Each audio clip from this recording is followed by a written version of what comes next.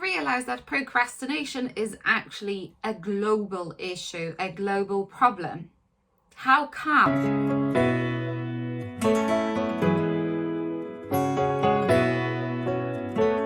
Welcome everyone, my name is Hannah Magdziarek and I am a performance coach and emotional intelligence trainer. I help people enhance their emotional intelligence, prevent self-sabotage, improve their relationships and overcome emotional barriers. I've spoken about procrastination a few times before, and it was the personal level, the personal element of it. It's interesting because when I talk to people about procrastination, they normally laugh about it. However, they're actually quite stressed about it and they feel really embarrassed. A client once said that it's not funny, it's actually quite tragic the way it affects his life. Procrastination affects his life in so many different ways, in his relationships, in his work, also in his happiness. He just doesn't seem to be able to finish anything.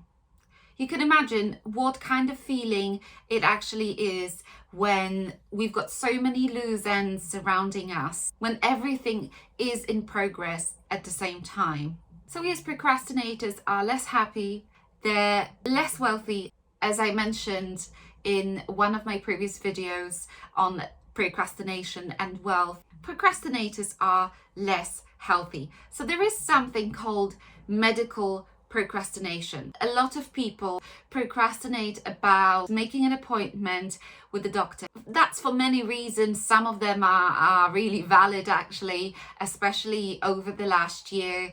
It's been hard to make an appointment and to see a doctor. Nevertheless, the data I'd like to present is actually from the times before the pandemic. So how do procrastinators indulge in medical procrastination? So it's not only about delaying making an appointment, it's also about indulging oneself.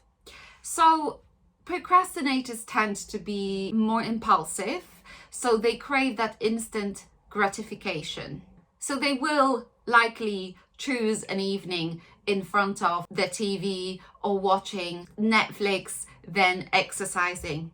They are likely to eat instant food rather than making the time and effort to cook. One of the deadliest cancers is actually colorectal cancer. It's the second, I believe, after the lung cancer. But it's an easily preventable cancer if detected early on. It's curable. Most people, including oncologists themselves, would do anything to avoid colonoscopy. This is a perfect example of emotional intelligence and emotional maturity.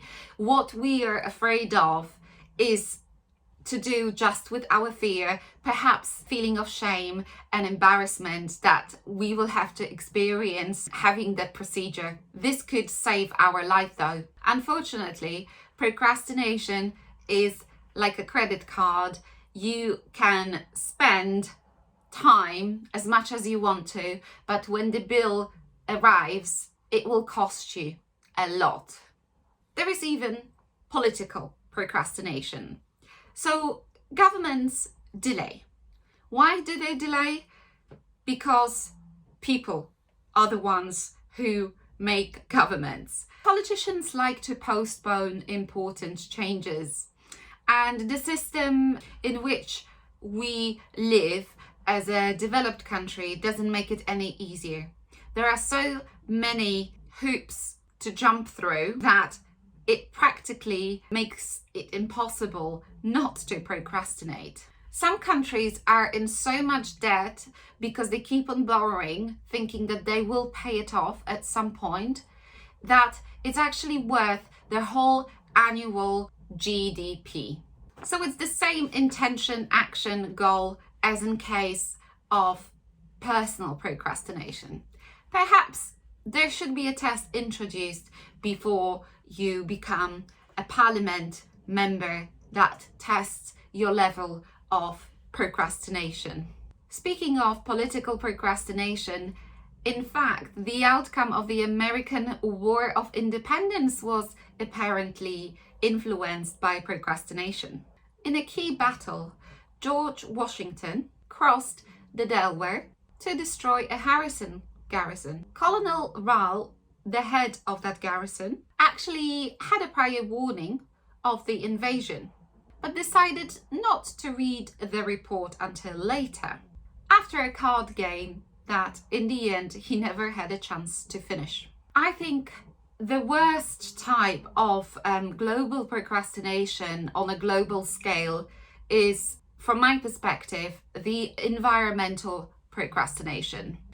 We know that by 2050, and we've known that for a while, a lot of environmental crises will actually happen all at the same time, around 2050. So environmental depletion is a very pressing issue. We know, for example, that the soil under our feet is eroding and depleting. Around 40% of agricultural land is already damaged or infertile. So how are we going to manage 9 billion people in 2050? How are we going to provide the world with fresh water when it's estimated that by 2050, 75% of countries will be experiencing water shortages? What about the ocean? About 40% has been already fouled and overfished. By 2050, the last of the world's wild fisheries is to collapse. It's also predicted that by 2050, the global temperature will rise by about 3 degrees. This means that whole ecosystems such as the Amazonian forest are likely to collapse. About 30% of animals and plants are to be extinct by then, and we are expecting a lot of refugees looking for shelter and better places to live. All these challenges, I'm sure most of you are aware of, and we've been aware of these challenges. The governments have been aware for quite some time, 20, 30 years, yet not much has been done. The problem is not the lack of information. The problem is, as always with procrastination, with motivation and committing to change. If you've enjoyed watching this video, if you're interested in performance, motivation, emotional intelligence, I'd like to invite you to follow my channel, Kaizen Coaching Limited, and leave me a like. Thanks for watching.